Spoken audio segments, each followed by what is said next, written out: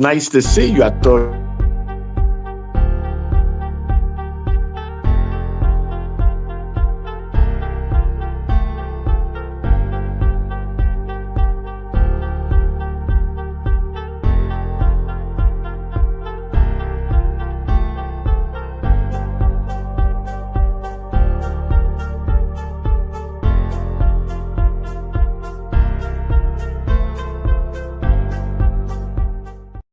I'm upset.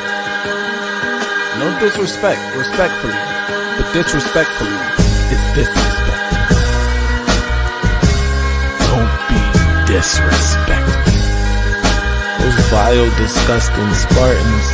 Poor little girl, them. And I'm gonna tell them why I'm mad. That vile, disgusting cesspool in Columbus. The other state, and of course, as always, I'm upset.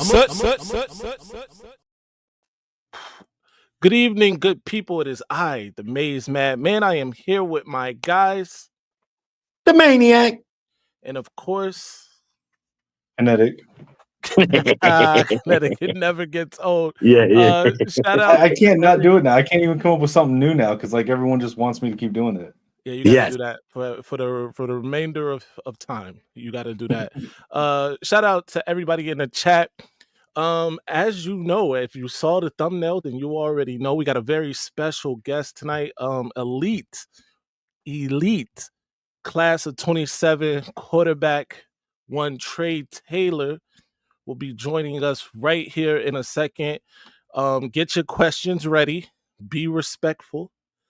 Also, we're going to be talking about Sharon Moore firing the OC. By the way, we're going to ask Trae how he feels about that. We're going to talk about a bunch of different things. But get your popcorn ready. And without any further ado, Mr. Trae Taylor, we don't have any clapping like effects or anything. I got to get that, Trae, obviously. But next time. Anyway, Trae, how you feeling? I'm feeling good. How about you? Doing well, man. Feeling great. Feeling especially great as a Michigan fan after last Saturday. Now, look, we're not trying to put you in any compromising positions or situations. We know the Ohio State has offered you as well, so we don't want to put you in that situation, all right? But we feel amazing. That said, Trae, and I pointed this out backstage, he's wearing an amazingly beautiful shirt today. Beautiful. Give Trae some props for that. But how did you feel after you saw the results of that game? I know you were on a visit at the time, but what came to your mind when you saw the results of that one? Really, it was like, wow, like they pulled that one off. They pulled that game out of there. I know it was a close game. And for them to go up with a team like Ohio State and how good of a team they have and battle and eventually winning the game, I mean, that was amazing to see. So, it felt pretty good to see them win against the second best team in the country. Absolutely. When you were watching that game, what are you, as a player and as a potential Michigan recruit, what are you watching? Are you watching like the coaches? Are you watching what specifically are you looking at from your perspective during that game? So I actually didn't really get to watch the game. I was at USC, but they're playing little clips of it kind of here and there. And so I saw them a lot. It felt like they were always like in the red zone for most of the game.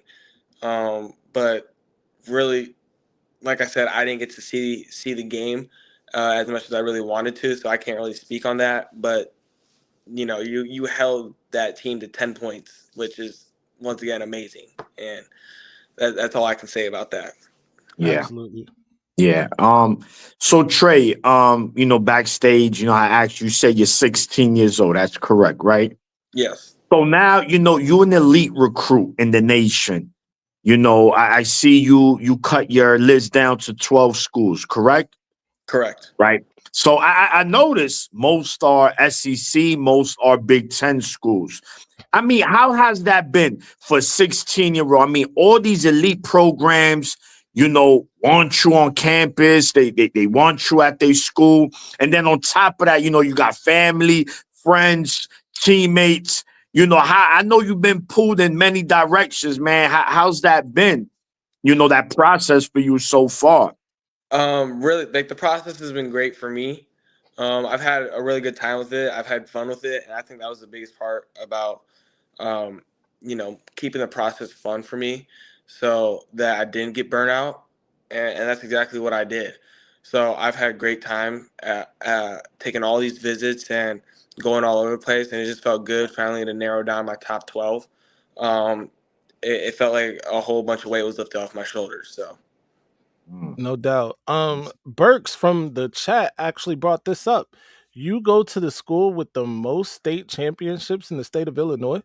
So I wish I did, but nah, Okay. I go to Carmel Catholic. That's Mount Okay. Carmel. We play them. We played them 2 years ago. But I hope we get to play them again. It's always a fun time playing Mount Carmel. So No doubt. When you um, played them, did you guys come up with the win? we did not. They've had a good little group come through. Yeah, Um, yeah. but Just a I little feel bit. like now coming up pretty soon, I feel like we could catch them. But uh, I wish that we had the most state championships. Hopefully we can turn that around. But yeah. You'll get there. No Yeah. doubt. Shout out to Burks for the bad information. Thanks a lot. Uh, It's all right.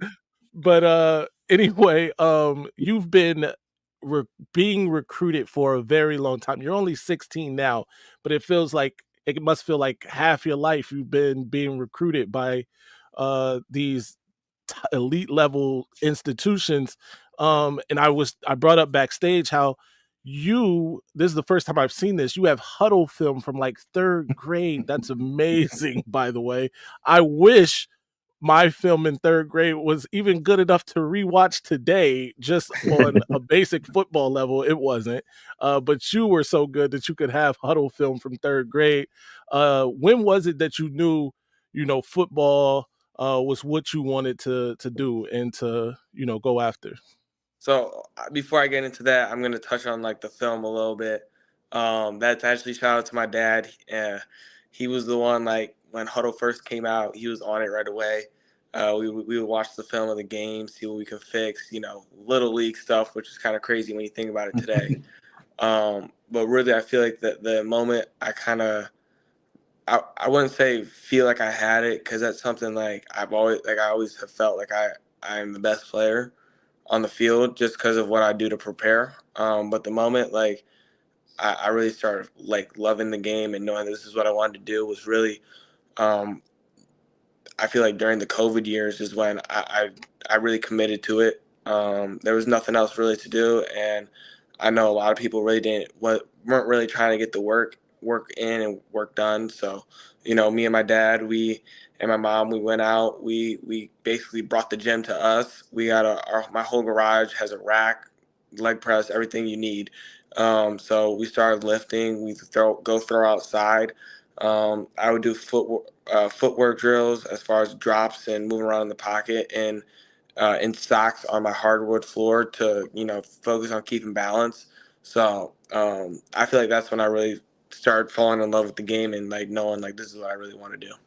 No Mm, doubt. My no, knees hurt thinking about yeah. dropping back on with socks on hardwood. Go ahead, guys. Yes. So Trey, you speaking about, some of these workouts, like you said, y'all brought the gym to you guys. So can you just go through a day of Trae Taylor? What is your day from morning till you go to sleep? Can you just, run us through that? Yeah, so I'll get up around like 4:50, 4:45. Hop on a Zoom call at about 5 o'clock. I'll be on that call for about an hour. Leave for school at about 6:30, maybe 6:45. School's from 8 to 3, and then right now actually we have open lift upstairs in our weight room. So I'll for about maybe 30 minutes go in there, uh, really just do shoulder stuff and work on rotational power, and then come home, get a quick bite, and then head out to lift. And I'll usually lifting is a little longer because right now we're focusing on strength and not conditioning as much since we just got out of season. So I'll lift from about like 7 to 9, get home. Really, if I have any homework, do that, and then that's really about it. Mm. And what is your diet consist of? Is there any restrictions? Do you have a cheat day? Well, how's your diet? Really, so for me, there's really no diet as far as like cheat meals and stuff. I do try and keep it as clean as possible. Obviously, there's going to be the snacks here and there, but try and keep it as clean as possible. My mom, she's a good cook, so Ah, she'll usually cook up some stuff, whether it's chicken or fish, something with high protein, just to make sure I'm putting the weight on in the off season. okay. So no double whopper with cheese, you're saying? I mean, maybe like a Friday night or something, but nah, not during the week. I usually keep it pretty clean.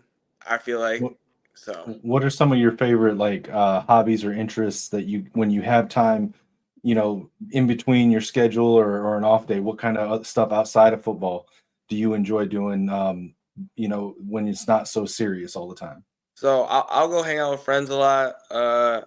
I mean the college football 25 game came out, so I'll be playing that with my friends. Probably later than I should be, but we'll be on the game doing that. And really just relaxing. I travel so much and I'm doing so much all the time that when I can get that time to just really do nothing, I really take advantage of it. So those would be really the biggest things I do outside of football. Maze and I like to get on that game a lot too, so I'm going to ask you a question about the game. Your go-to team and go-to playbook. So actually, I don't really have a go-to team, but Michigan's playbook, like I really just found out about it. They got some deep plays in there. I'm not gonna Mm. lie, they got some deep plays, but I Go I blue. usually I I usually play with a team where I can run with the quarterback a little bit. So uh, Michigan, South Carolina, Alabama, teams like that. So Cool, cool. Absolutely. Keep the pressure on that defense. we'll do. Speaking of that, are you a dual threat quarterback? What do you like to do? I saw, in clips that I've seen of you, I've seen you make throws on the run, and things like that. But do you consider yourself dual threat? Do you consider yourself a pocket passer? What is it? So like me, I do consider myself a dual threat, but when I am in the pocket, I deliver the ball very cleanly, Hmm. and very accurate. So I would consider myself a dual threat though because I can run very effectively, and a lot of teams struggled with that this year sometimes in big moments. We'd be in a third down situation, and them not really knowing I could run helped us sometimes this year. So really, and I know when to get down and when to get the first down, right? So in those third down situations, I'm gonna go get it. Like we're, Absolutely. we're gonna move the chains, but With your style of quarterback, do you have any quarterbacks that you kind of looked up to, took inspiration from, kind of took parts of their game, modeled your game after, in pro or college? Like who did you watch like yeah. that? So I would say the biggest ones that I watch right now are Aaron Rodgers and C.J. Stroud. Um, I'm a huge fan of C.J. Stroud actually, and then Jaden Daniels. So I'd say Mm. throwing motion wise, I 100% Aaron Rodgers. Like I try and take the quick release, the way he rotates off platform awkward throws. Um, C.J. Stroud, I really do like because of how clean he delivers the football from the pocket. I mean, he rarely misses. And then Jaden Daniels with how good he throws the ball outside the pocket and also and can run. So I feel like those would be the three that I truly watch right now. I know Mm. I've heard CJ Stroud ask that same question. He always gives one name. He always says Matthew Stafford. What do you think about his game? So I am a huge fan of Matthew Stafford. I think he's a very underrated quarterback, but I feel like when you can take more than like when you can take more from multiple people than taking more from one person. So, he looks at Matthew Stafford. Well, that means I'm kind of looking at Matthew Stafford because CJ Stroud is taking some of his game, and it kind of just goes on from that. So it's awesome. Yeah. I know, Trey, I know you are a 2027 recruit. Is there any possibility of you perhaps reclassifying to the 2026 class, or that's not an option? no, I will not be reclassifying to the 2026 class.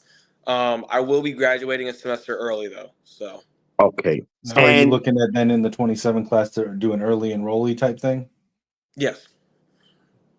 All right. Absolutely. And Speaking of or not even reclassifying, but graduating early, obviously 2027. Is it important for you for whatever school you commit to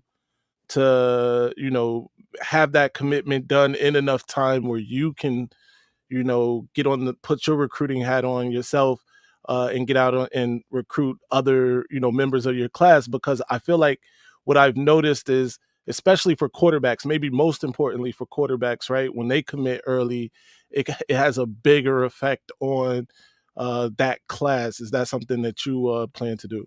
100%. I want to go get my guys that I know, and there's some playmakers. So, I don't know if you guys really know who. You guys probably will though. Anthony Cartwright. Absolutely. So me and him are pretty tight. I probably talk to him every day. We're on the game together. We talk it's every day we talk. So that'd be a kid I'd love to play with in college. I feel like it'd be a different level of connection. He played 7-on-7 this year, and obviously he's a big body, can move pretty well. So, that would be for instance, a kid that I would love to play with. And me recruiting early would probably give me a little bit of a little bit of a jump head start on getting him to the school I go to. No doubt. We got an actual good question from the chat here. Shout out to Groove. Trey, understanding the rivalry with the Suck Guys of Ohio, they got a commitment from 2027 5-star quarterback Brady. Has that caught your eye as a potential quarterback matchup between the two of you? I'm gonna say no. It would be, obviously you want to play against some of the kids that you see are in your class right now, but I hope all for Brady. Congratulations to him getting that process done for him already and finding the school that he really wants to go to. So congratulations to him, and I hope big things come his way. Yeah. Absolutely. So to allude to Madman's question, Trey, do you have a timeline for when you're gonna commit to a school? And more importantly, I'm sorry, is a two part question. And what is it they're gonna take for a school to convince you to go there? What is it that you're looking for from these schools in particular? Because I know you're taking these visits, but I know in the back of your mind you're taking notes like, listen, I need X, Y, and Z. And I know we're not talking money. I'm just talking about that this is home. What's gonna make one of these schools to Trey and say this is home? You want to know what your 3 green check marks are for your interests on So really, the timeline for me is before my junior season starts. That's realistically my timeline that I really want to push for and to happen. I feel like the big 3 things that would really is what I'm looking for is what education, like academics.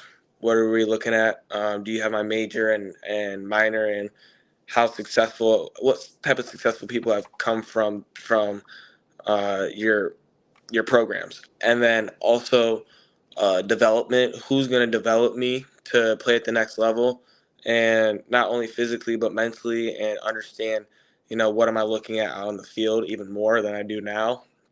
And then the third thing is personality. I don't want I'm very good at telling a two-faced person, somebody that's, you know, really likes me right now because I'm a recruit that they really want, and then I can tell like, oh, that's gonna change as soon as I get on campus. So that's why I love going to spring practices. Like it really shows you what they're like with their players on a daily basis. Mm. But really, like how do I match up with you outside of football? Like, are you somebody that I can consider family?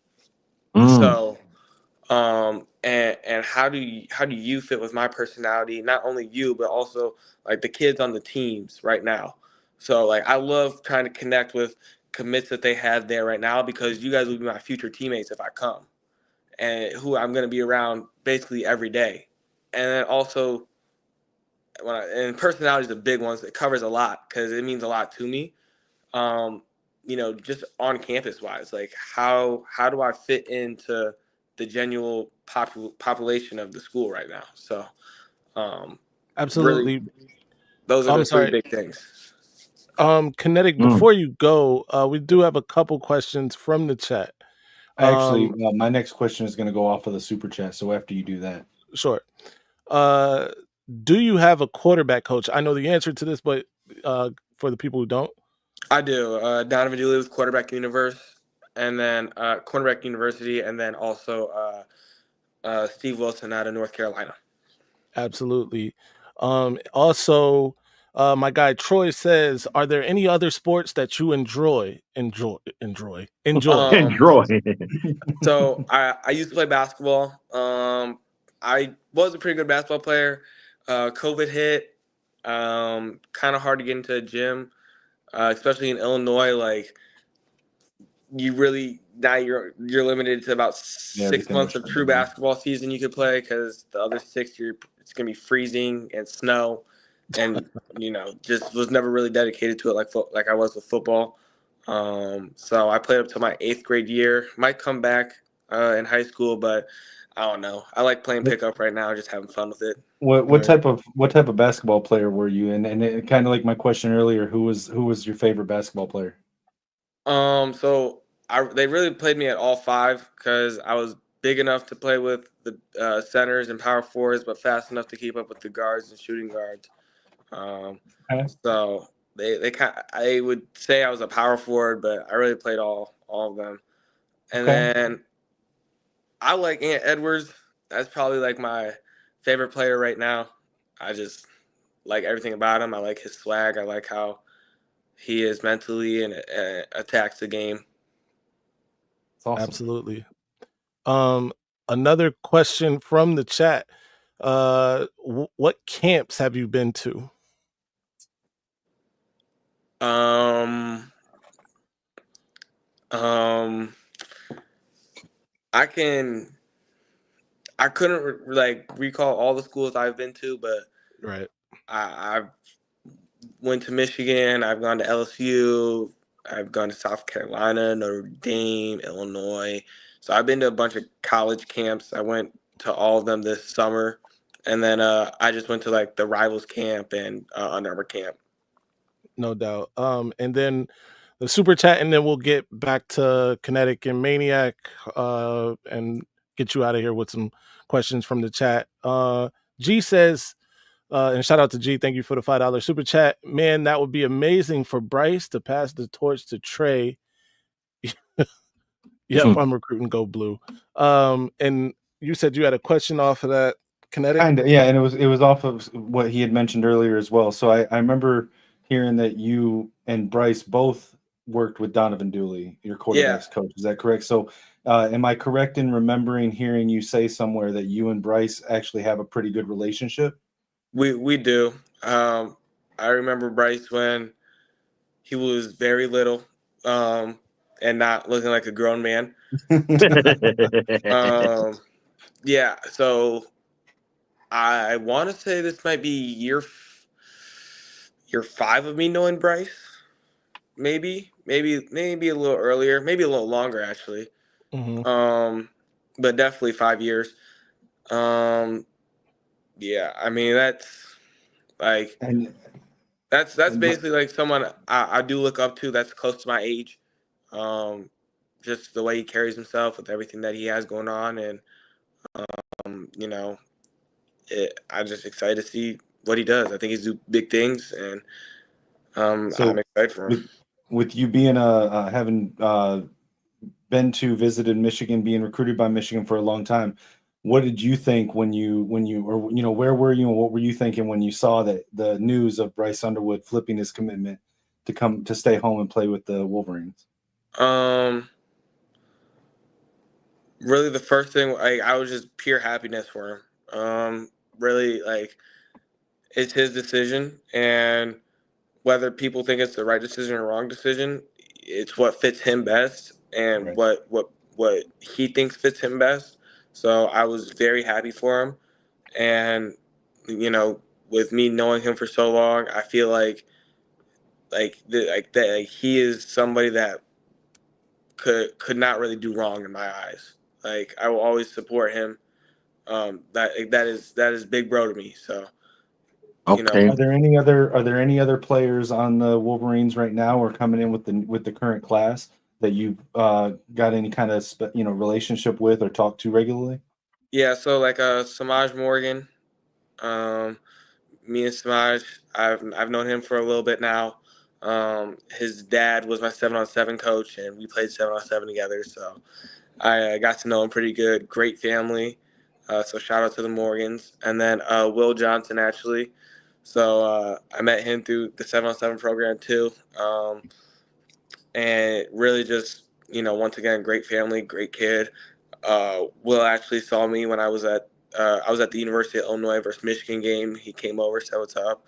So I think Will's a great person, and then my connection with Alex Orgy and some of the other players on the team, like Amarion Stewart, is from Illinois. So, connection is growing even more and more every time I go to Michigan. So, All right.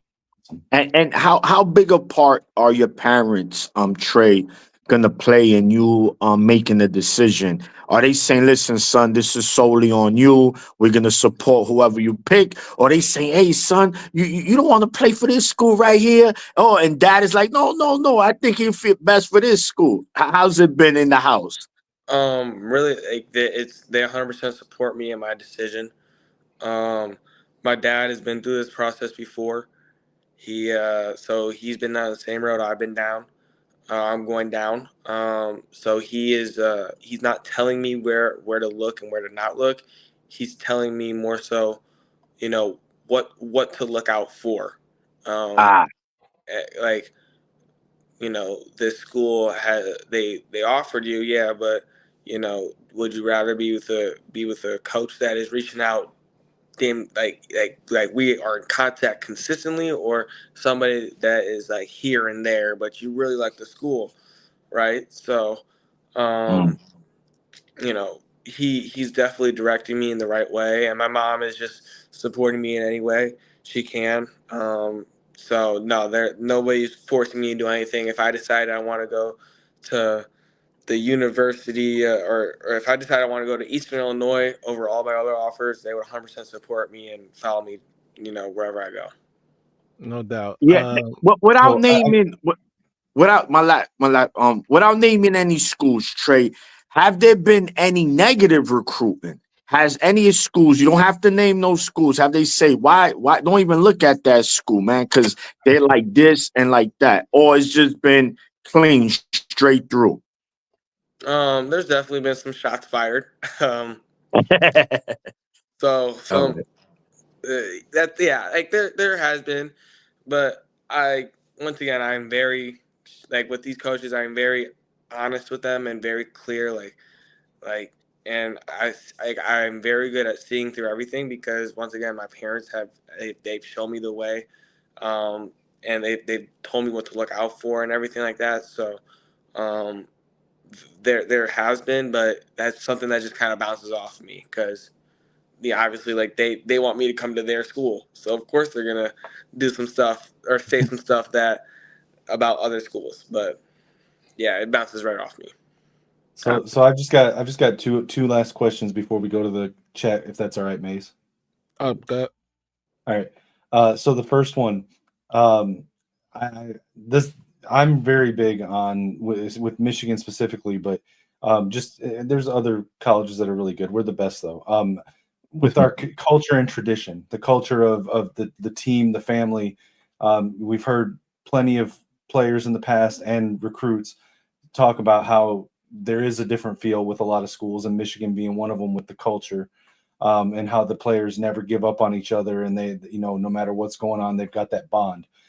What does that mean to you? And have you seen that on your visits and in your recruitment with Michigan specifically, but also just in general with some schools? I 100% have seen that with a lot of schools I've been to. I just think that I honestly think that Michigan presents it a little bit differently. That's really a big trademark of theirs is, we're always going to stay together as a team and as a family. And I think that's really important to do. Not to say that like other schools don't do that. I 100% have seen that at a bunch of other schools that I visited. But I do think that plays a little bit of a role to see how that works, because it's just one big family. Like you need 11 players on offense to do their job exactly for one play to work, and then you need that how many times to work a game. Like it's not a one-man show out there. It's 11 people. So right. So my last question, and you can say no to elaborating on this at all if you want, but you recently posted a sneak preview of your future on your X account with an image on there, and I can't help but notice a specific word there. But do you want to give the chat or any of us a little bit of a elaboration on what we're seeing without going too deep into it? You can say no if you don't want to. I think that honestly, like just make sure like you keep an eye out. Like just make sure like I feel like I could be one of the most interesting people. I'm very good at like kind of keeping not keeping a secret, but I like to make sure people know. And I don't know. I think it's gonna be interesting. Just say like just make sure like yeah. No Like doubt. I said, All I right. noticed the one thing in there, and I like it. No doubt. Speaking of subliminal messages, Drake or Kendrick Lamar? This one not so subliminal, but Drake or Kendrick? If we're talking about who won the battle, Kendrick. If we're talking about overall, I would say Drake, but Kendrick did just release a great album. He did. The same day that Bryce Underwood committed to the Wolverines, by the way, it was a great day. Cut from a different cloth says, he loved your quote. I think this could be the real starting point of the Coach Moore era. We're rooting for you 110%. Not really a question, but a statement. Shout out to him. Shout out to you for the quote. Troy says, what are you feeling on your playlist right now? What's Trae Taylor listening to? Right now it's pretty calm. Not really in any type of season or any type of mood. So, I don't do country. I don't do pop. Like, it's got to be like calm rap. And that's usually what I'll listen to before a big game. I'll listen to calm rap. Something that just kind of slows my mind down and just relaxes me. No doubt. Our resident Canadian Taves the Kane says Drake, easy answer. What a homer. Anyway, Trae, by the way, Trae Taylor has his own website. You can check that out. I think it's qb-t3.com. Is that right? Yes. Be sure to check that out. He's already forward thinking. He's 10 steps ahead of everybody else with his own website right now. Be sure to check that out. Trae, where can the people find you and what you have going on other than that? Go follow me on Instagram. I'm about 50 people away from 10K, so hoping to get let's run his numbers up. Followers. I'm gonna do that right now. It's Trae, TRAE 6 Taylor TAYLOR. So that'd be great if I could get this 5K. We're gonna get you that. 10K. We're gonna get you there, champ. Don't worry. We're definitely gonna So, run those Trae, numbers up. Yeah. Also, One last thing, speaking of, man. okay, Being who you are. How the ladies treating you, man? I know they lining up, champ. I know they lining up. I'm just a normal dude in the neighborhood. great answer, by the way. I'm sure mom is somewhere close. Great answer. Trey, we got to thank you again for joining us on the show, man. We hope to have you again sometime in the future. Great future ahead of you. Make the choice that is best for you, sir. Correct. Go blue. But thank you again. Thank you for having me. It was a great time. No doubt. Thank you, Trey, man. Have a good one. Trae Taylor, ladies and gentlemen. like another kid with another great head on his shoulder. Obviously, Yeah. Tara's doing a Definitely. great job there. No, he's a smart kid, man. For a 16-year-old, he's very mature. He's definitely ahead of his time, man. God bless him. And that's a testament to his parents as well, man. They definitely groomed him well, and he's definitely headed in the right direction, man. Regardless, of course, we want him in Ann Arbor, man. But if he doesn't, the kid, you could tell, man, he's gonna do big things no matter where he plays. That is no doubt in my mind. Hopefully it is in Ann Arbor. I got a good feeling about it, actually. But I'm not here to talk about that tonight. Next up, Sharon Moore fires OC Kirk Campbell. Ladies and gentlemen, is this a moment of celebration? Like, are all the things lining up for Michigan to be dominant for the next decade of football? This is a beautiful time to be alive. Let me start with the guys. Hold on. You're not gonna play your clip? Oh, you know I got hello. Play the clip. And by the way, we gotta retire the clip now because there's no more Kirk Campbell. And I'm dead. I want his family dead. I want his house burnt to the ground. I want to go to the middle of the night. I want to piss on his ass.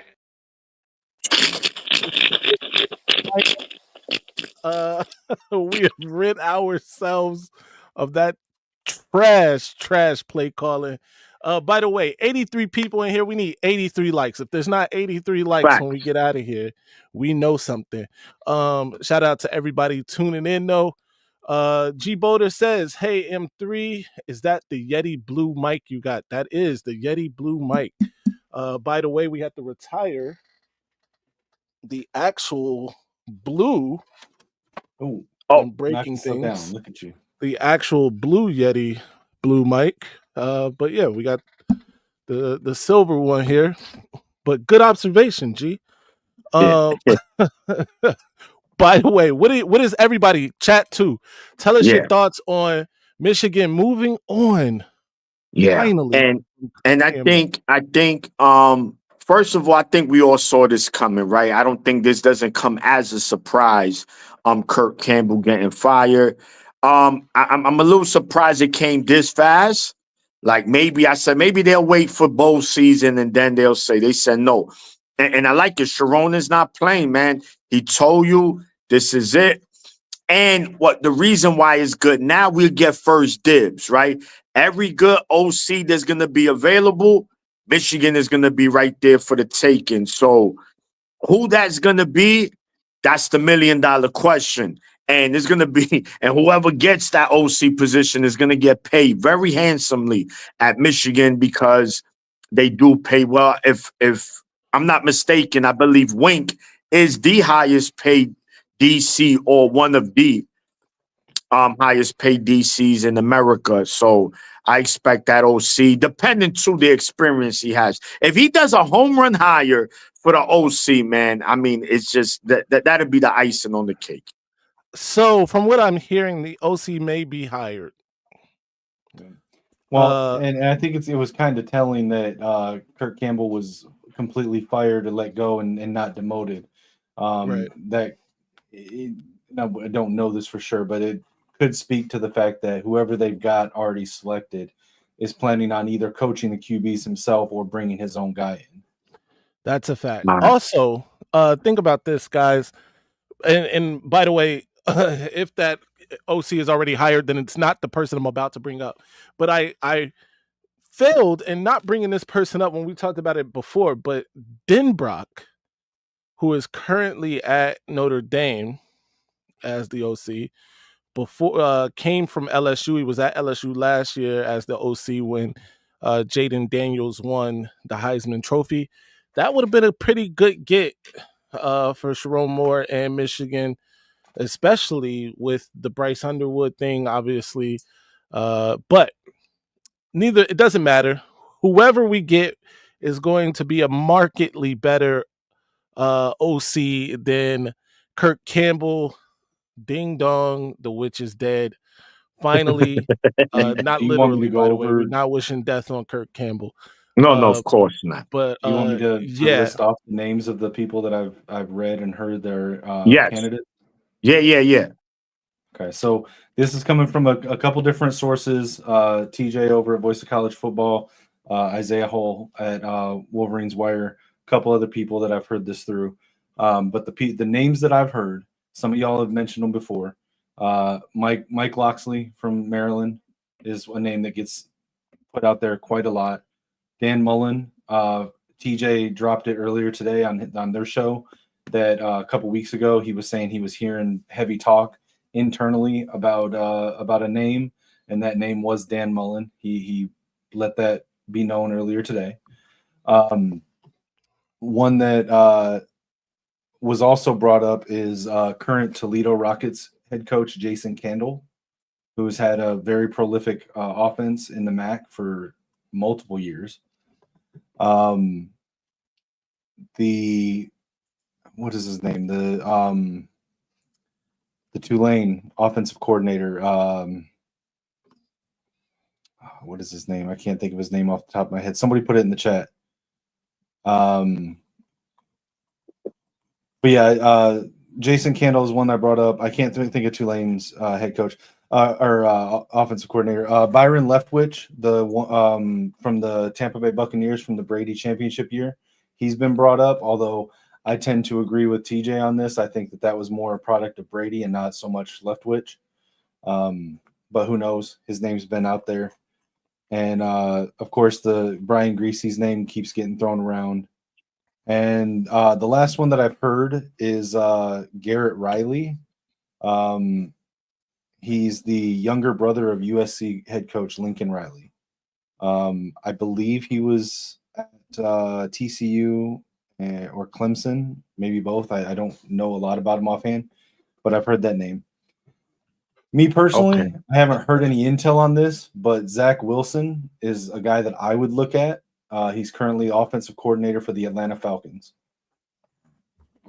no doubt. We are joined here by G. G, how you feeling today?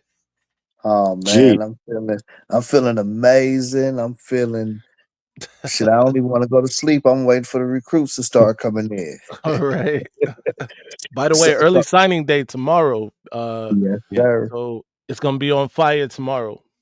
So to piggyback off Kinetic, I've been hearing the UNLV OC too. I can't think of his name, but the dude from UNLV, and they even said, what's the motorcycle? What's the motorcycle coach name? The motorcycle coach. I don't know. From I mean, I can talk about Brennan Marion. I mean, his offense is really good at UNLV. I've said before, I don't think it'll fit or work here at Michigan. And from what I've heard, his name has been talked about, but it's been taken off the table. Okay, but the coach that was riding around with the girl on the motorcycle. Oh, you're talking about from man, Kinetic, Louisville, old Louisville coach. Then he went to Petrino, Bobby Petrino. Yeah, Gotcha. Well, I mean, Sharon Moore has a connection to Bobby Petrino, so he does. Yeah, but you don't want like a young, innovative kind. I mean, not saying the older guys can't cook. We saw what Wink did, but this day of college football, you kind of want to get these younger offensive minds, But I mean, listen, it don't really matter to me as long as it works. I think it's a hard position because we need Sharon Moore needs somebody who's experienced at play calling and who to be able to rely on for that position. But you're right. I want to see somebody that's relatively young and innovative with the modern game of football. That's why I said, and again, I have not heard his name anywhere else. Well, one place, but I don't. They're not. But Zach Wilson, he's relatively young, and the Falcons' offense is actually pretty good this year. I know Rip Stars mentioned it in the chat many times. Nick Sheridan, right? The current, he used to be a Michigan quarterback. He's the current OC at Alabama. And I believe, Greasy as well. Some people want Brian Greasy. For those that don't remember, he was the quarterback for the 97 national championship. Who could forget that? Yeah. No. So I've heard Sheridan's name, but I've only heard Sheridan's name in fans talking about it, or like podcasters like us talking about it. There's not been any real smoke citing of any true source of Nick Sheridan's name being in the mix. That's not. I'm not saying he's not, but I haven't heard anything other than message board talk about no doubt Nick Sheridan. Real quick, Ripstar, shout out to you for the 199 super chat. He says the OC from Tennessee played with Moore. Haslel, or I don't know how to say his name. So did the head coach, right? Maybe they should both come. Heupel. I think Heupel as the OC. Was he at Oklahoma at the same time Sharon Moore was? Might have. He might have been the quarterback at the time. Yeah. He could have been. No. Well, I know Sharon Moore was there when Sam Bradford was quarterback. I mean, either way, he went to Oklahoma too. Yeah, but we'll see what happens. Whoever it is going to be better than Kirk Campbell. So question. Most of us was very excited, but what do you think about the timing? Is Kirk Campbell like tied to any recruits? Like, do you think that it might affect any recruit that might be signing? I think it could have affected Bryce at some point, right? But at this point, I'm pretty sure whatever they're doing, they're running by somebody like Bryce Underwood. And listen, the results are the results, right?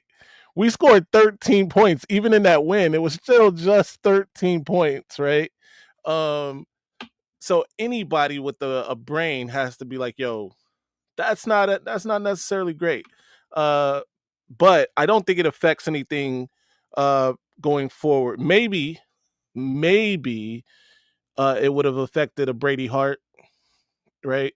Maybe that he was the only one that news was, out there. Maybe that helped him make the decision he made. I don't know that for sure, but I think that's somebody that it would have affected, could have affected. I didn't bring up Carter Smith. Maybe Carter Smith. Yeah. To the chat. Sloan's name is also out there, especially with the way LSU is crumbling right now. Yeah, it seemed very strategic though that he get canned like the day before they start signing. Like they didn't even give him to the bowl game or nothing. I mean, I think they want to get whoever it is into as quickly as possible. I think Sharon's a savvy enough recruiter that before he did this, he would have reached out and talked to any of the recruits that Kirk was the primary recruiter on and touch base with them. Which I think was Brady Hart. I think they said, listen, Kurt he won't be back as the OC. So, if you want to stay, we would love for you to go. But, this is your time, man. And he probably said, nah, I'm done. Plus the fact that he still might have to sit 2 years behind Underwood. And he figured, I'm a baller, man. I'm a starter. So, this age of college football, gentlemen, it's going to be tough because, yes, we're going to keep going for the best quarterbacks available, but they're going to continue to transfer out because they figure, man, I don't need to sit behind 2 years. I could be starting anywhere else in the country. No doubt. Ripsar, again, with the 199 super chat says, Kurt is tied to Davis Ward. Stupid. Yo. I'm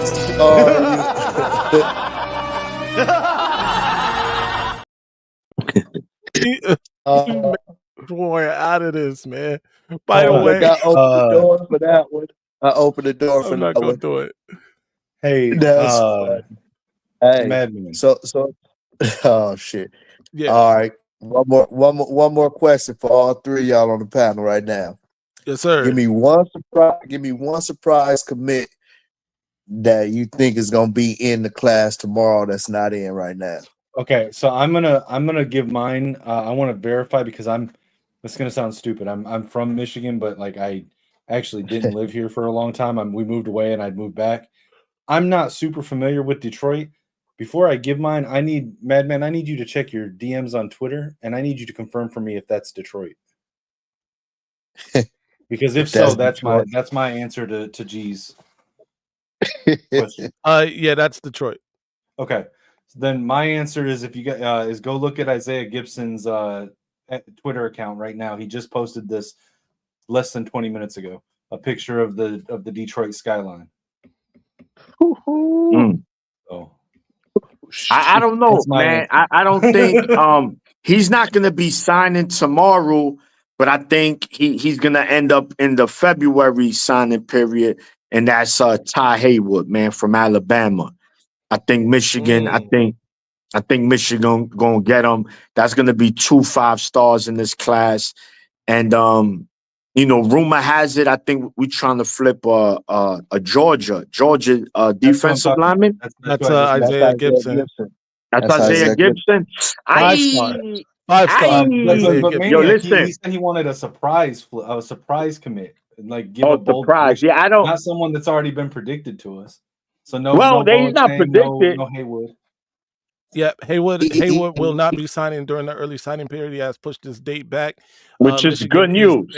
That's good news for us, right? Listen, man. Look, this is what I want. G, I want a top 3 class. I want to go into next season. I want to behead everybody. We taking receipts. We keeping receipts. We going on revenge tour, and I want to see Oregon in the Big Ten championship, and I want to whoop their ass. I want it to be 45-13, and I want Sharon Moore to kick a 55-yard field goal. My man Savada, the Vada, the Gucci, the Prada, he gonna hit that 55-yarder because he's coming back. Zavada-matic. I need somebody to revoke Burks' Wolverines fan. Hey, no, because I want to touch on this. I've been seeing Burks go back and forth in the chat about Thomas Edward Brady here, and apparently he doesn't have a lot of love for Tom Brady. Well, but he said he's a Packers not only fan, talks so I trash about don't like Brady, but he Tom talks Brady. trash about JJ McCarthy. He's a Michigan alum, but I don't. It's all right, man. Listen, as a Raiders fan, let me tell you how much I hated Tom Brady for his entire professional career. After the Tuck rule, Tom Brady was dead to me. I'm gonna be honest. Tom Brady was dead to me, and it also had a lot to do with the way that those franchises went after that game, right? Like the Raiders were really, threatening for AFC supremacy at that time. The Tuck rule happens. Now, granted, the following year we do go to the Super Bowl, but after that we fell off a cliff. And meanwhile, New England went on to win like 6 Super Bowls. It was disgusting. The greatest franchise. Hey, don't do that. Dynasty. The greatest dynasty. We're not going that far. But and talk trash about Brady or McCarthy. Hated Tom Edward Brady with every part of my being. Every fiber of my soul hated that guy. Now, once he retired, I was back to, he's a Michigan man. It's all good. But as a player, as an NFL professional player, dead to me. Hey, I wore a Tom Brady. I'm a 49ers fan, but I wore a Tom Brady jersey and living in LA. Oh man, they wanted to fight after that Tuck rule. Hey, I better not see you act like that towards JJ now. Okay. So, gentlemen, real quick, before we get to Yeah. Before we get to the Marshall reflipping back to Michigan, Yeah. I saw a little rumor projected, and I think somebody said it yesterday on the show. It might be Colorado, Michigan in the Las Vegas Bowl. Oh, I seen that. I seen that on 3 or somewhere too. Imagine that. So look, I don't want this for multiple reasons. Number one being Colorado can beat us. Oh yeah. Just because they can score a gazillion points. We right? could beat them.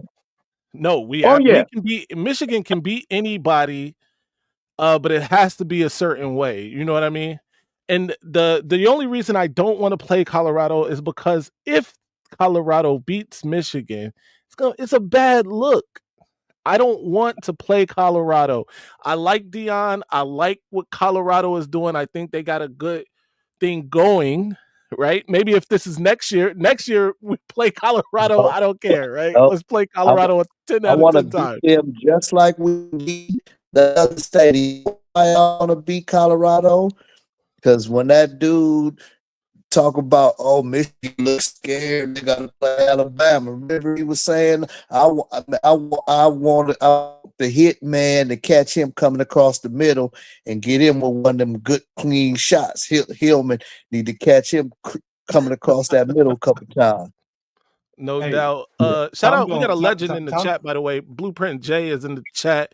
Anybody on Twitter, you know Blueprint J. Another insider. Shout out to Blueprint J. Tom is Shout going to to take you, the Raiders fan card away too, because now you know he's part owner. Yeah. I mean, it's all good now. Like I said, once he was no longer playing, he was just he was a Michigan man. So it's all good. Now it's a Michigan man as part owner of the Raiders. It's all good. But I don't want to hear no trash talk on JJ when he starts dominating your team, okay? Why would I don't have to. JJ's in the NFC. He's in the North. If JJ was I do have conflict because Jim is with the Chargers, right? So there's some conflict there. Now, granted, we so bad that it's okay for me to root for Jim this year because we're not going nowhere. So this year and this year only, I'm rooting for Jim and Jesse. After this, it's back to. I mean, you know your team's not going to do anything against Jesse Minter's defense. Yeah, I mean, we're not going to do anything against anybody's defense. We're a horrible football team right now. Yeah, it's crazy. Hey, at least y'all get to draft some Michigan players next year. Hey, yeah, and to the bowl thing, like I've said, I'm going to keep saying it until it happens. Whatever bowl we play in, let's play LSU. Ripstar says Isaiah Gibson's post is going wild with Michigan. I think he's signing. Listen to me. Michigan pulls this one off, especially tomorrow on signing day. Hey, you're not gonna be able to tell us nothing. You Isaiah already Gibson can't tell us Marshall, nothing, by the way. But tomorrow is gonna be especially crazy. We got another legend just joined the chat. My guy, your guy. Dom the Dom. Listen, that Michigan defense about to look like them Alabama defenses, bro. Yo, it's gonna get spooky for them teams in the Big Ten. I'm telling you, we're coming with a vengeance next year. I can't wait. We haven't talked about the portal yet either. Dom, how you feeling, sir? Dom, I'm doing great. How are you guys? I need you to give doing? 3M the business about turning on our guys once they hit the pros. I ain't turned on him once he hit the pros. That would be a fallacy. I turned on him once the NFL cheated for Tom Brady. That's when I turned on Tom Brady. You didn't turn on him. You just rooted for your team more. Exactly. Good evening. No, I'm gonna be real. I hated Tom Brady. I wanted something to happen to him. But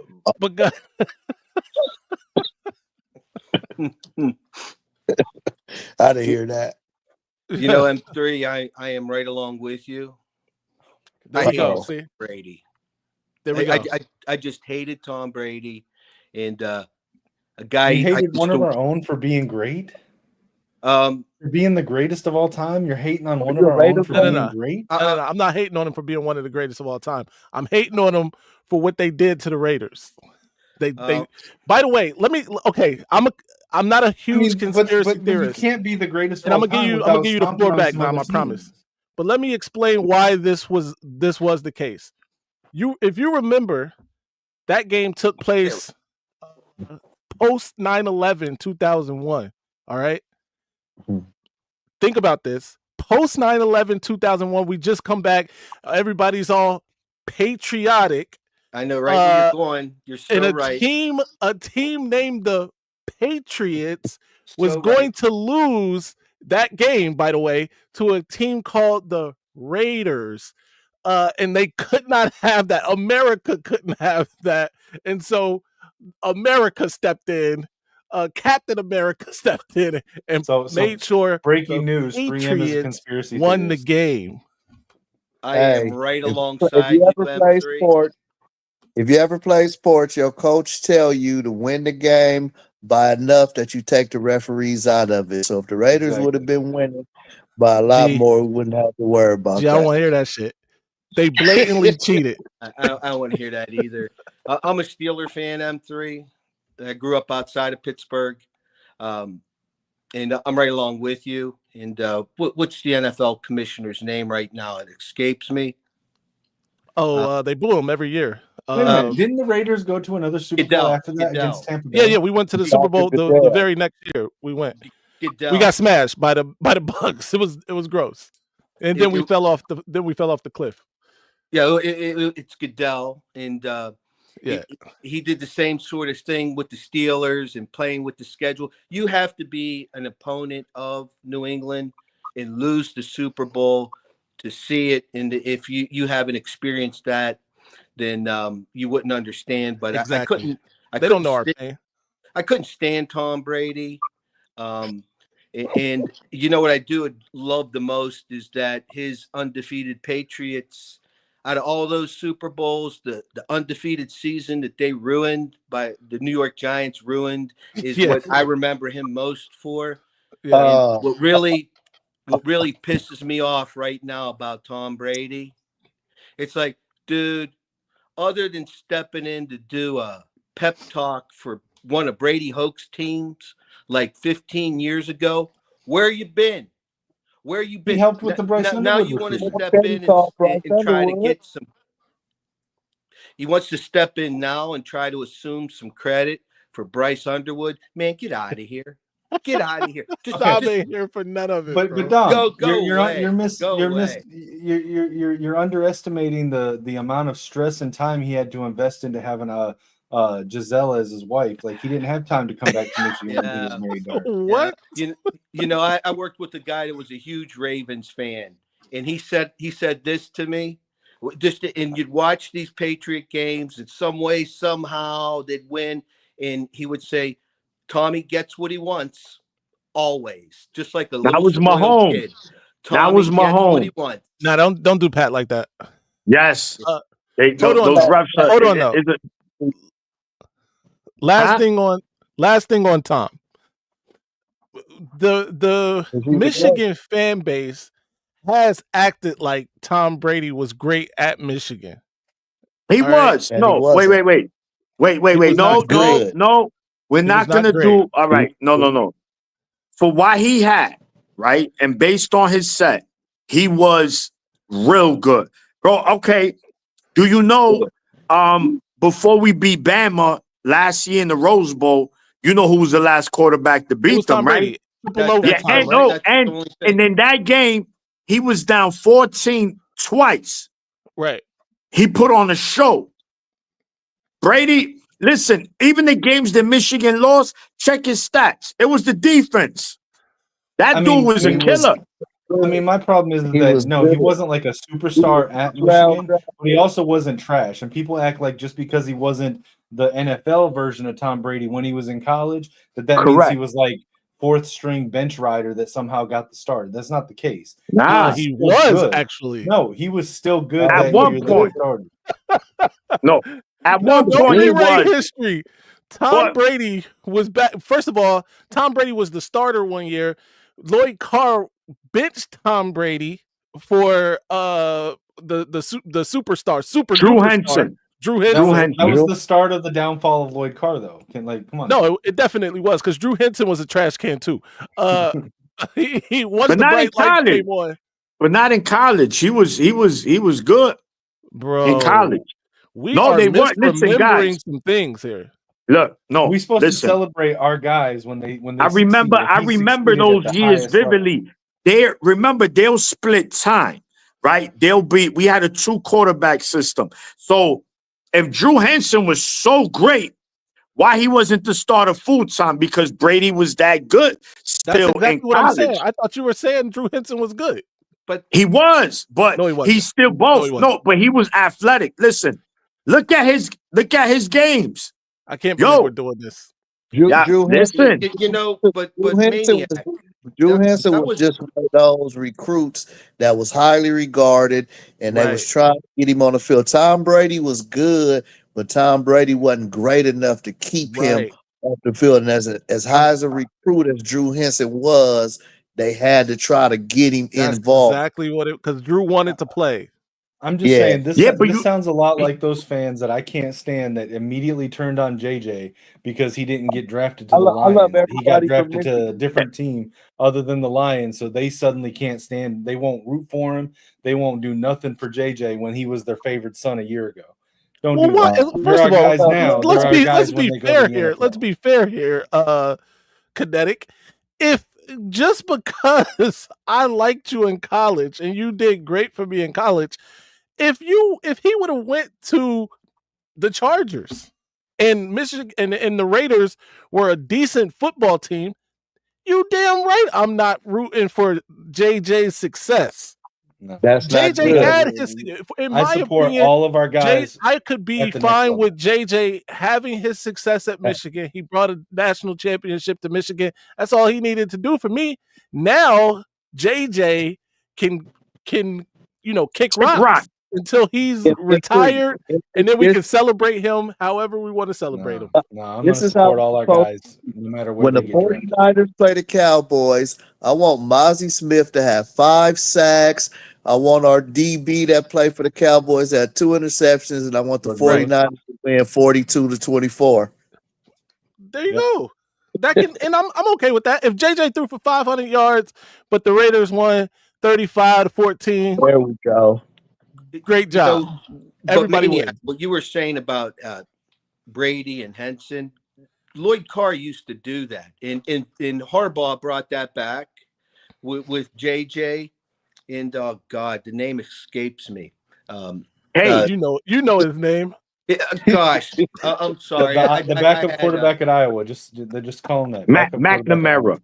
Yes, and then they were doing that with McNamara.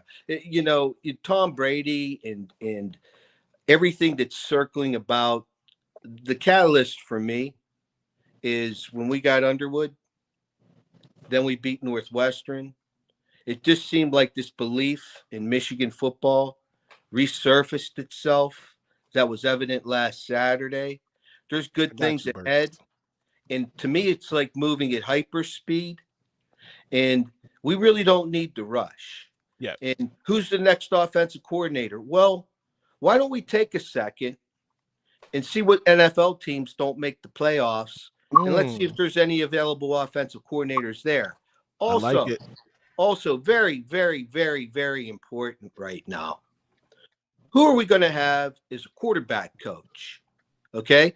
And we need somebody that not only is going to help Underwood become a player, Hold it that down, could guys. go and play in the NFL and be in the NFL for an extended period of time. Okay. That young man needs quality of people around him that's not going to be in his pocket.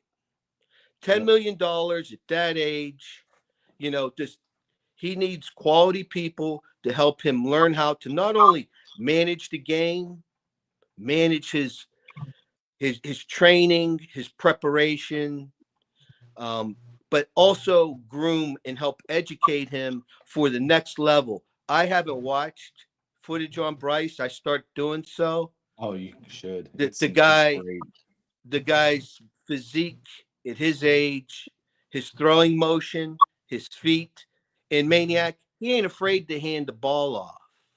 I watched the game at Belleville against Saline. Am I saying that correctly? I apologize if I'm wrong. I think so. Saline. But number 5 for Belleville, man, that little guy was running. Bryce was handing the ball to him. I see, you know, and I wrongly perceived ego in all the games with I'm going to LSU and this. That's a 17-year-old kid. But what I saw in the film that I've watched this far, there isn't any ego. That kid's Good. all about winning and Well, doing what it takes to win. Yep. I'm really, really excited. And Michigan and Sharon, we really need to get some good people around the kid, a good quarterback coach, a good offense coordinator, but also somebody to keep the vampires away from him. Yeah, I Well, think, and I think Dom, I think going into negotiations when they were, recruiting him, I'm 1,000% sure that was part of the conversation. Good. They probably told him, they said, listen, Kirk is not going to be here next season. We're going to get a veteran in here. We kind of got our eyes on somebody. And trust me, they just didn't say, here's the money. Are you coming? Yes or no. It was bigger than that. These are meetings. These are dinners they were having with the parents. So I'm pretty sure that's all in the works. Everything you mentioned, they already discussed that. So I think they understand that they can't mess this up. Kid's So a unique talent.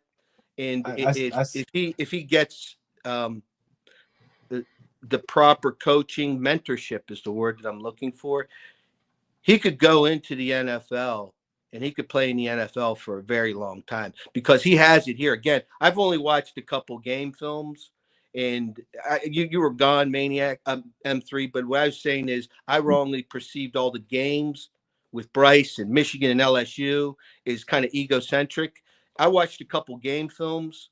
There's none of that there. What a phenomenal talent. I'm highly impressed. I hope we put the right people around him. And as I was saying to the guys here earlier, keep the vampires out of his pocketbook and get him ready to go to the NFL someday and succeed in the NFL. Not only personally in terms of his athleticism, his athletic ability, but also in a business sense as well. Bright future for that guy. We just need the right people around him. yeah, no doubt. And I want to say that that's also one of the reasons I came on here and openly said, hey, I was wrong on Bryce. Yeah. Because I saw the same thing when I don't remember what it was that I had seen before that made me think that he was, that egotistical player. But when I really sat down and delved deeper into it, and that's why I came on a couple weeks ago before he committed and said, hey, I was wrong on this. His QB coach is going to be the same guy that mentored JJ for the last couple years. It's going to be new QB coach Jack Tuttle. I'm just kidding. No, please no. No. No. I mean, he said he wanted to be. What's he going to teach coaching, him? Right? Huh? He's going to be a GA on the staff next year. Watch. But why? But no, because that's what he came to Michigan for. To be a GA. Yes, he transferred here to graduate from Michigan and be a coach. Yeah, he's going to be a GA next year. Watch. But I was going to say the real answer to your question, Dom, is that I think that, like Maniac was saying, when they were recruiting Bryce, I'm pretty sure at that point they knew that they were likely parting ways with Kirk Campbell. I'm sure that Bryce was involved in that, or not involved, but in clued in on that. And whoever it is that they've got lined up, which I do agree with Madman here that I think they already have that guy lined up. I'm pretty sure that Bryce is in the loop and already knows who it is and is on board with it. And whoever that guy is likely bringing in his own QB coach. That's probably somebody that he's worked with in the past, or he's going to do what Kirk Campbell did and coach the QB directly himself, whoever the new OC is. Because I think if that wasn't the case, I think Sharon Moore would have kept Kirk Campbell on as a positions coach. We're throwing around a lot of money. Let's get a proper strength and conditioning coach in-house now to help the kids with their physical training and mental discipline. I've harped about that since the start of the season. There's so much happening, and I don't know about you guys. It's like every time M3 you post something, it's another 5-star, it's another 4-star, another flip, and I'm like, this is turning into an all-star team. Right? Unbelievable. It's really I've never experienced this being a Michigan fan all my life. I'm so excited. None of us, Dom, none of us who's been Michigan fans. And we've got some good recruits, but never, like I said, Michigan might just end up like with the number 3 recruiting class, man. They could Jim end had a it. couple top 5 recruiting classes. He did. I know he definitely had the Early Rashawn on. Gary class. Early on, he had a couple top 5 recruiting classes. Obviously those they didn't pan out the way that we all expected, but Because they didn't have the quarterback. He never really never had got a the quarterback till JJ came along. Keegan, how you feeling, sir? Yeah, what up, guys? What's going Keegan. on? Good evening, champ. Good evening. Yeah, feeling good. I'm excited about this recruiting business. Thanks for hosting Trae Taylor. That was really good. I've been bouncing around, Thank you. looking at different stuff, but that was really awesome that y'all did that. But yeah, you can go ahead and kick off the next segment. You're going into Nate Marshall. Yes, sir. We are getting into Nate Marshall real quick. Cut from a different cloth says this is the beginning of the next great Michigan football dynasty. It certainly feels that way, no doubt about it. Michigan pulled off the unthinkable right in the nick of time to the reflip of Nate Marshall, Dominique Dawes style. For those who know Dominique Dawes, shout out to you. The Dominique Dawes reflip of Nate Marshall, 4-star, former top, he is top 100 player on 3. This is huge, guys. This brings back an elite edge into the class to go with what they already have along that defensive line. Thoughts, please. No, this is what we need. And we saw Saturday. Who dominated that game, gentlemen? Our DL, right? Our defensive Absolutely. line. So now we need to get into the process where we don't rebuild, we reload. And once Michigan gets to that point, it's gonna be bad for the rest of the Big Ten and the nation. I don't think Michigan misses the playoffs for maybe the next 6-7 years, man, and maybe longer. We shouldn't. Let's just put it like that. But this is big, man. This is a big reflip. Like you said, this was Dominique Dawes. That was my girl. Nice. And trust me, we should be getting a nice linebacker tomorrow. 2:30. I've been reading and listening and looking ever since he reflipped. They said that he was the one that was keeping contact. They said he never really lost contact, even when he flipped the arm. And they said he stayed in contact with the coaching staff. So I think It it was makes you wonder imminent. why he flipped in the first place. Yeah, I mean things happen, but I think too, Dom, you mentioned it right, man. We need a strength and conditioning coach because, guys, we can all agree, man. For some reason, this season we saw more injuries than we've seen in the last 3 years combined, almost. Right? Like, damn, this player's hurt again. This player's hurt. This player. We don't need that, man. You want these elite recruits to get the elite strength and conditioning and elite coaching, which will result into elite results on the field. So long as we keep all that together, guys, we're gonna be on this show celebrating a lot. I have No one doubt for you. about it. We're going to start getting into the NIL. That's going to be like icing on the cake here. For me, that's going to be starting soon as well. And Graham, okay, sure, he's top NFL pick. Even Grant, okay. I mentioned to Johnny, it's like with all the money we have, one or both of them. What about a call to JJ or Blake or any other Michigan player that they played with last year that's in the NFL and say, hey, look, if you stay another year, we could match or even give you more than you would get with a rookie contract in the NFL. That's what they need to do for Zavada.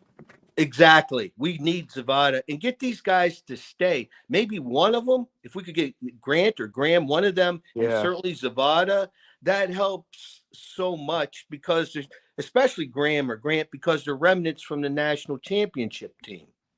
In You my might be able to opinion, get Kenneth Grant. yeah, I've heard that they're talking to Kenneth Grant about it.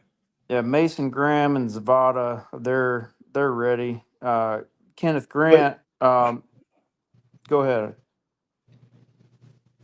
Yeah, know. Kenneth It's Grant just has a top PFF score, but like throughout the season, he's looked like the eye test. He's looked like maybe a second or third rounder. So you could do the pitch with Kenneth Grant, but you can't really do the pitch with Mason Graham and probably not Zavada either.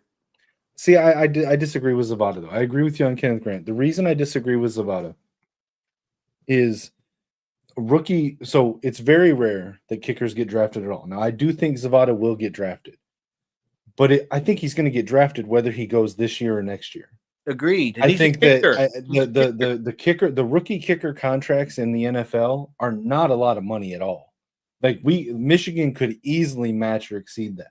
So whether he goes, it's not like Zavada's not one of those positions where his draft stock could take a hit next year. It's not going to take a hit whether he goes this year or next year. So he could potentially make more money at Michigan.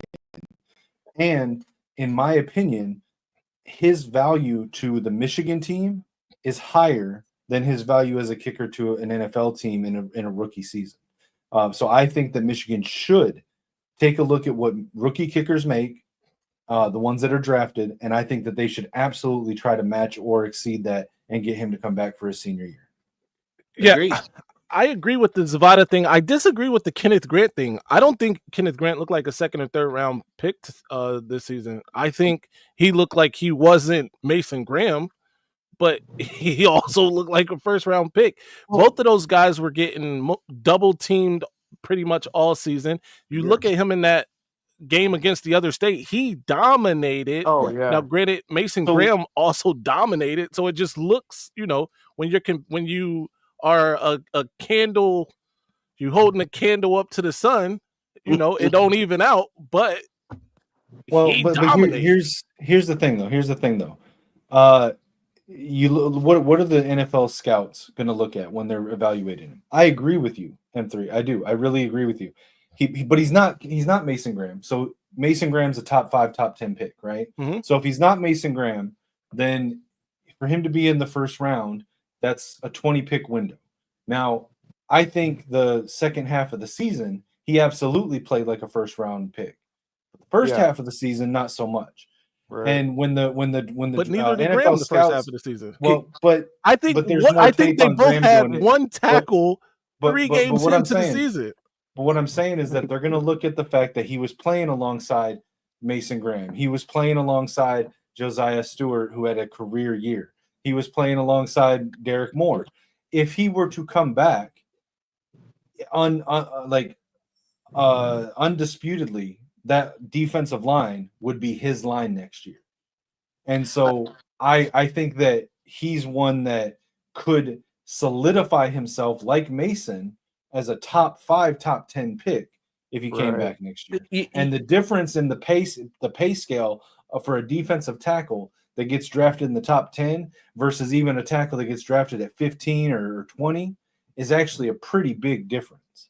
Plus you make in the meantime.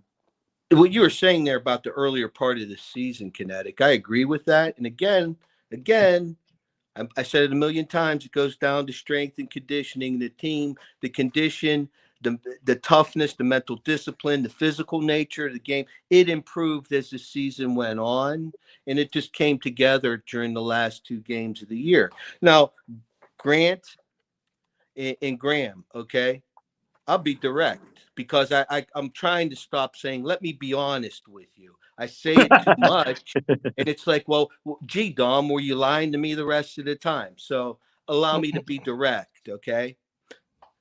Grant and Graham, they both need to lay off the chocolate chip cookies. And if Grant would drop 15 pounds, not a ton, 15 pounds off of his frame with the intensity that he plays with now, where he's not burdened by carrying the extra baggage, look out. He'd be a Dominican Sue and Albert Hainsworth.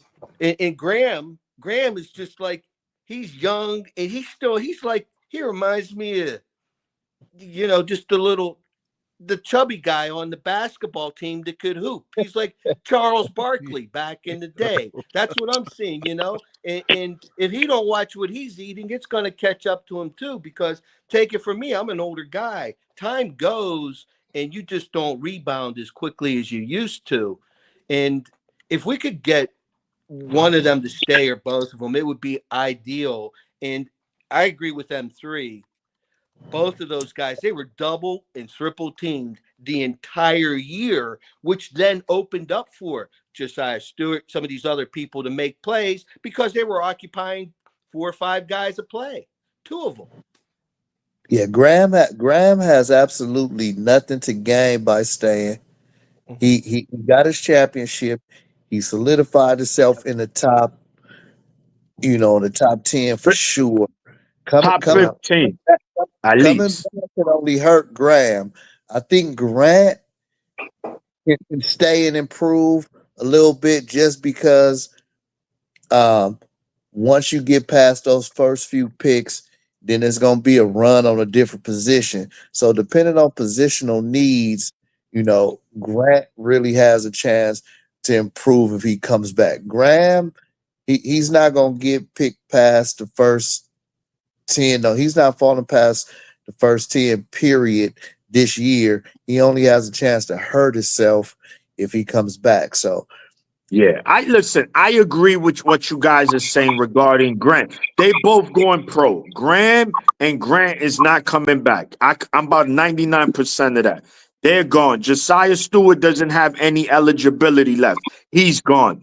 Derek Moore does. He was the starting end. He needs to come back. He better not go in the draft. Hausman and Jay Sean, they need to come back because it's going to only improve their draft stock next season in the 2026 draft. Then you got Sugar Hill, we got Zeke Berry, we got hopefully Ron Morris coming back. So what Michigan just got to really do is beef up in the interior. We got some young guys there, get some guys in the portal, and we're gonna have a lot of dogs coming in as freshmen. So Michigan is gonna be good at the D line. Benny going Trust me. to for a big to next year. So to Burks's rebuttal in the chat to what I was saying about kickers and what Zavada could make here. Yes, Burks, the best rookie kicker in the league, who was the only one to get drafted last year, is Will Reichard. His deal comes out to about, if you also count the 5th-year team option that they have, to about $800,000, a little over $800,000 in a year. The average kicker NIL in college, like you said, is about $200K. Damn. Do you know how Zavada much is Moody not, got? but Kinetic, Zavada do you is know? not. Zavada is not the average kicker in college. Michigan is not the average university in college, and Zavada's value to this team with a true freshman quarterback potentially starting is higher than the average team. So, in my opinion, it would be worth it for Michigan to try to match or exceed if they need to that $800,000. What did Moody get paid, Kinetic? Do you Yeah. know? For He was for third He the was a round, rookie first right? round. contract He was the last one of the first round taken by Third. the Niners, if I'm before correct. since Will Reichard was this last year, so that's who I was just talking about. Yeah, but Let Moody me was look at Moody. was Riker a first round pick? I'm sorry, I don't He know. was a No, fourth Moody. round pick. No, Moody. Third Moody pick, was right? drafted like in the 4th round. Yeah, Third. Reichard was drafted in either a round behind or the same round as Moody, but this past year. Let me look up Moody's contract. While he's doing that, let's talk about these team rankings. This is 24/7 team rankings. Right now, they have the Wolverines as number 7, behind Oregon, Auburn, Texas, the other state, Alabama, and Georgia. After tomorrow, Michigan could easily move up this list to at least 5 or 4, possibly even 3 if things go extremely well. But as you see right here, they're only about a point behind Oregon. That would give them the second best class in the Big Ten if they're able to jump Oregon there. I expect them to jump ahead of Auburn after tomorrow, and then it's really just Texas. So Michigan is in a great position to have a top 5 class. Nate Marshall flip. I'm sorry. Yeah, that's without. This is Nate after Marshall. Nate Marshall. This is after Nate Marshall. Because that's the same order it was yesterday. This is after. Yeah, Nate Marshall is included here. And we might have some of those Ohio State commits change their mind. Oh yeah, one big one. Naeem Offord, 5-star corner, is right now crystal ball to go to Auburn. So maybe, that's definitely going to help them. But if we get Gibson, that would be game changing for Michigan. Yeah. So Dom, to answer your question, Jake Moody, who was drafted in the 3rd round, made about his guaranteed money was $857,000. With incentives, he could have gotten up to a little over $1.3 million with incentives as a 3rd round pick as a kicker. Will Reichard was a 4th or 5th round kicker and made about $20,000 less in guaranteed money. Well, let me just ask a question, gentlemen. If you're a kicker, if you're a kicker, go ahead. and you're not running back, you're not in one of these positions where you could get hurt. You're a kicker. Yeah, we already spoke about that, Moose. Are you gonna take $1 million to stay on campus and have the cheerleaders of your choice? Or are you gonna rush to go to the NFL? I'm staying on campus, boys. Well, I mean, my point with it is, like I said, he's not gonna hurt his draft stock. He's not gonna he can get that from Michigan. I mean, if we really wanted to, we could pay him that with no problem. Well, we can't say he's not going to hurt his draft stock. If he goes out there and kicks it like the other state's kicker, he's going to hurt his damn draft stock. He's much less likely to hurt his draft stock than somebody else at a different position coming back. But my point is that he can get that easy, $800,000 or whatever from Michigan for one more year, potentially improve his draft stock because he's currently projected in the mocks that I've seen. Some of them don't have him in it at all. The ones I have seen him included in the mock drafts have him a 5th to 7th round pick, which means he's not going to be making the necessarily the 830 that Will Riker did or the 857 that Jake Moody did, because they were picked a round or two ahead of where he's at his best projected round. So yeah, let me ask this. I know we what he said. All right, enough. Look, we'll see what happens right after the bowl game. I think we'll get a better understanding. Is Derek Meadows signing tomorrow or is it February? I think February. No, yeah, or I is think that February, but I've heard conflicting stuff on that. Yeah, I'm not sure if it's tomorrow. Then I think Michigan's chances are lower. Finished. Yeah. So let me ask you a question. Everybody like Derek Meadows. He's big, and have you looked at his film? Yes. I'm not sold on pushing hard for him. I think it's some other receivers that's a little bit better than him. He's not even that productive in high school. I think his ranking is based on probably potential and his size and speed, but to be 6'5" and run like it's also based on what he did at these camps. He's dominated at a couple camps. Which is really where these like guys go see players more so than even the games. Yeah, he dropped too. He's down to a little over 100 now. And I will say, shout out. I will say that there is a kicker, a high level kicker that entered the portal as well. Jesus Gomez, Eastern Michigan. Okay, so we can afford to lose Spada. If we can get him, yeah. We get Jesus. It's over, bro. It's it. Look, Michigan. We've been very lucky with kickers. Three seasons straight. Our kickers been nothing but clutch. So hopefully we can continue that trend. Tomorrow should be a great day for Michigan recruiting. Absolutely. Everyone. Just like Madman mentioned, we can easily move into about 4-3 tomorrow, especially if we think the unthinkable is going to happen with one particular player. And then we still got February. Ty Haywood is still in the mix. Michigan chances is looking good, but that'll be in February. We could I don't know how many scholarships we got for this class. That's a great Shit. 20. question. I Yeah, I thought they I don't. was think the about roster 25 size or 26. went up. It's growing, right? It's gonna go. It's gonna grow. Yeah. So, but you're also going after the transfer portal. So Yes. it's like Yeah, we 100. are. Yeah, it went from like approximately 80 to 100 on the roster. So Yeah. however you disperse that is what we're gonna have.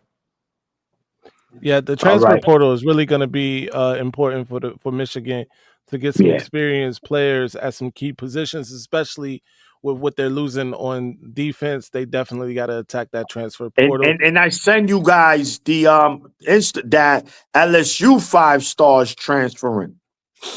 He The just corner. put it. No, and the defensive end. I send it to in the chat. Look, he was It's the 2023 class. He was a Oh, yeah, yeah. 5-star. Yeah, So there's going to be I mean, some, If I'm we not get saying good. Marshall and we could maybe get Gibson. I mean, I think Oh we're yeah, set. no doubt. it's that Yeah, that but we Isaiah Gibson thing could happen. Has that the portal gonna be lit. That portal gonna be lit, and I'm telling you, it's some people that's hitting the portal hoping Michigan come after them right now. Yeah, no, Michigan, listen, Sharon Moore, listen, for all that, remember, he didn't have enough time because Michigan this, Jim Harbaugh, okay, it's no excuse now. He got all the time in his hands, so he better not screw this up. Bottom line, we should be going in to 2025 very happy, very confident, and not seeing this kind of season again you know Absolutely. until I'm 97. once And once Ohio State loses their first game, which they will, they will lose their first playoff game. Yeah. And I'm not saying that out of my hatred. It's just I've talked to people back in Columbus M3. Yeah. Those people are really effed up. That Yeah. whole They are. energy of that town is deflated. Ryan Day, you got to win a title or bust. And even if you win the title, you lost to Michigan. When they lose their first playoff game, because that bracket they had set up, they were going to play Boise State at home. That's Right. gone. They're going to be on the Right. road, hopefully at Tennessee or somewhere. When they They would. lose that game, which they will, and Ryan Day officially implodes for good, then there's going to be a lot of players, coaches in that we could just scoop up, man. Just kind of like vultures on a dead carcass, man. They We matched should. up pretty well I've been against wanting Tennessee. Michigan to raid the other state once these players decide to hit the portal. Michigan doesn't really do that too often. I know the other state wouldn't hesitate to do it to Michigan, but they should definitely look into it. Well, we're doing new things now, aren't we, M3? That's a fact. That is a fact. Guys, look. Everybody who came out tonight, we gotta thank them. Thank you all. Keegan, G, the Bert. Dom. The Dom. Yeah. wait, Shout one out more. to you guys. Again. Right Careful, now, got one more. remember it what looks like happened last time we did that. TJ Hey, and them say are one- on live right now. Dominating the space, by the way. By the way, y'all let TJ and them dominate us. It's like 900 people in that live. But anyway, shout out to TJ, shout out to everybody else. Until next time, we will be back, I guess. Okay. No. tomorrow I'm about to. tomorrow I'll just night. inject before we leave. Go follow Trae Taylor on X and Instagram. Definitely do that. Go ahead, G.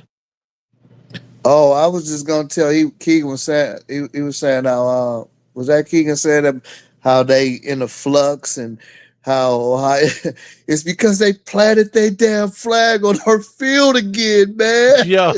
Well, that was Dom. great Dom was stuff. talking about it. That was good stuff. Do you Oh, I that saw you was put his comment up here. Do you want me to go through our schedule next year or save it for next time? Listen, do you wanna? Our schedule, it's we a bunch got. of TBAs, right? Yeah, we got yeah. The Michigan. dates are Six. TBA on all but 3 of them. but I can Six. go through Six what road games. opponents and if they're home or away. Go ahead. So Real we quick, know- just go we through it. know- We're not gonna preview them. Just Go run ahead. through them. Then we out. All right, Anybody so our by chance? well, hold on, let me go through this real quick. So the away games that we have next year, we've got away at Oklahoma Sooners. That one is on September 6th. We've got away at Maryland. We're going to play at Michigan State, at Nebraska, at Northwestern, and we are going to go out to Los Angeles to play at USC next year. Our home games are at home against New Mexico Lobos to start the season. Week 3, it'll be against the CMU Central Michigan Chippewas. And then we've got the other home games, which have not been set for a date, are Ohio State, of course, Purdue, Washington, Wisconsin, and that's it. So 6 on the road, 6 at home. Yo, that's a duel. I mean, some of these teams are gonna be better, some of these teams are gonna be worse. But that just off the rip, that should be 11-1, no worse than 10-2. Yep. Oh, we don't got 12-0. Oregon. Again, we going 12-0 it again. That was a great time. Yes. Shout out to that. Shout out right. to Antoine. We brought Antoine back. I'm giving us the credit for that. Shout out to Antoine. Who Yeah, he got to get up in the said- chat. Antoine, next doesn't time you like- got to get. Yeah, you gotta get up. You gotta mix it up. He said he doesn't like Derek Meadows, but that's not a shocker because Antoine doesn't like any damn wide receivers. G, hey, thank you for rocking with us. Till next time, I am the Maize Madman. That is, he just hopped off. And this is Kinetic. Kinetic. You know the slogan: stay angry, my friends.